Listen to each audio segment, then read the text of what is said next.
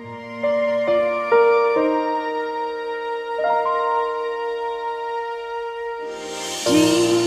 Saint Joseph, build me a home made out of love and faith, not of stones, with rooms for Jesus and Mary to stay. For if I keep them near me, then I will never go astray.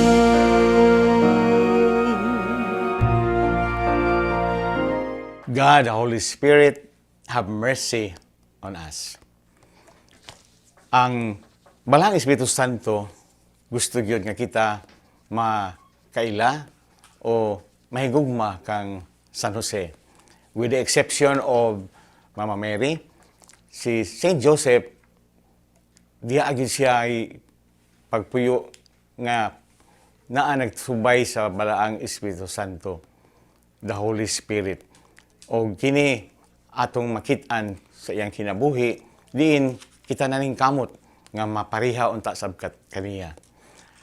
Ang Espiritu Santo naga-lead nato, nagahatag nato og paagi nga kita mo obey, mo follow kay kini siya usa ka pamaagi nga kita makapuyo og kinabuhi nga magbalaanon, a life of holiness. Living a life of holiness is not easy. Pero ato ni siyang makabot. Madawat na to ang kinabuhi nga pagkabalaanon kung kita usa ka tawo nga maampuon. Kay mao ang ginahisgutan ni San Jose. He is a very prayerful person. A person nga puno sa pag-ila diin ang iyang yung gihatagon dakong bili mao ang pagsanong o pagdawat niya lang gitawag nato og pag-obey sa two major commandments nga mao ni siya ang loving God and loving our neighbor. Og tingali kita ato na siyang makabot kung kita sa magpuyo nga maampuon, because to be a prayerful person is one where you have an intimate relationship with our God. And that is naano to na makita ni San Jose nga even sa iyang time sa iyang pagpuyo nga siya magpahuway o matulog, nag-communicate siya sa Ginoo. Lisod tingin buhaton na to, no? Pero lagi tungod kay naningkamot man ta nga moparehata sa iyang pagkatao, mahimo lagi na nato kung kita usab maglikay sa paghimo og mga sala nga makadala nato ngadto layo sa Ginoo. Nakanindot lang karon kay tungod kay doon naman tayo gitawag Sacrament of Reconciliation sa ato ang pagkadalipsang kay nakasala ta naa ang mga messengers of God nga mao ang kaparian, diin kita mo kumpisal ngadto kanila. Ang kinabuhi ni San Jose usa ka kinabuhi diin siya nahimong whole year ug mayon tong nga santos pagani sa uban pang mga santos kay nganuman full of the Holy Spirit og mayon pagani nga mas grabe pa siya pagka-santos ikumparar pa sa mga pari or sa mga santos susama kang Saint John Vianney.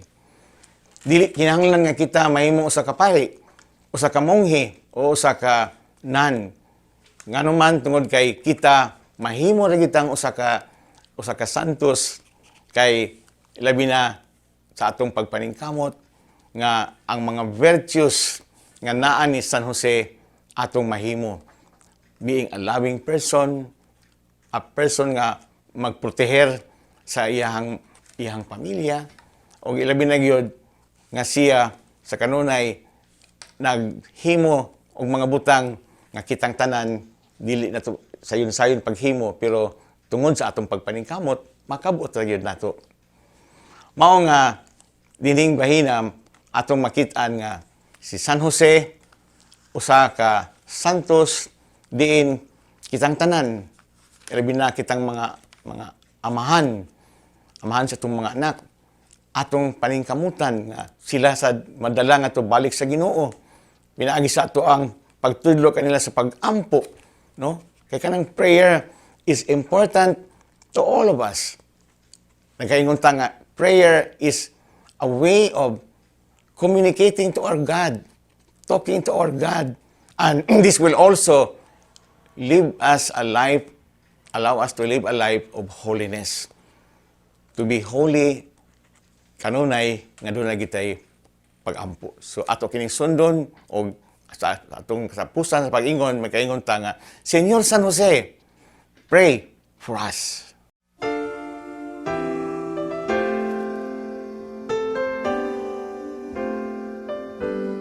Litany of Saint Joseph. Lord, have mercy. Lord, have mercy. Christ, have mercy. Christ, have mercy. Lord, have mercy. Lord, have mercy. Christ, hear us. Christ, graciously hear us. God, the Father of heaven, Have mercy on us. God, the Son, Redeemer of the world, Have mercy on us. God, the Holy Spirit, Have mercy on us. Holy Trinity, one God, Have mercy on us. Holy Mary, Pray for us. Saint Joseph, Pray for us. noble offspring of David, Pray for us. light of patriarchs, Pray for us. spouse of the Mother of God, Pray for us. chaste guardian of the Virgin, Pray for us. foster father of the Son of God, Pray for us. zealous defender of Christ, Pray for us. head of the Holy Family, Pray for us. Joseph most just, Pray for us. Joseph most chaste, Pray for us. Joseph most prudent, Pray for us. Joseph most courageous, Pray for us. Joseph most obedient, Pray for us. Joseph most faithful, Pray for us. mirror of patience, Pray for us.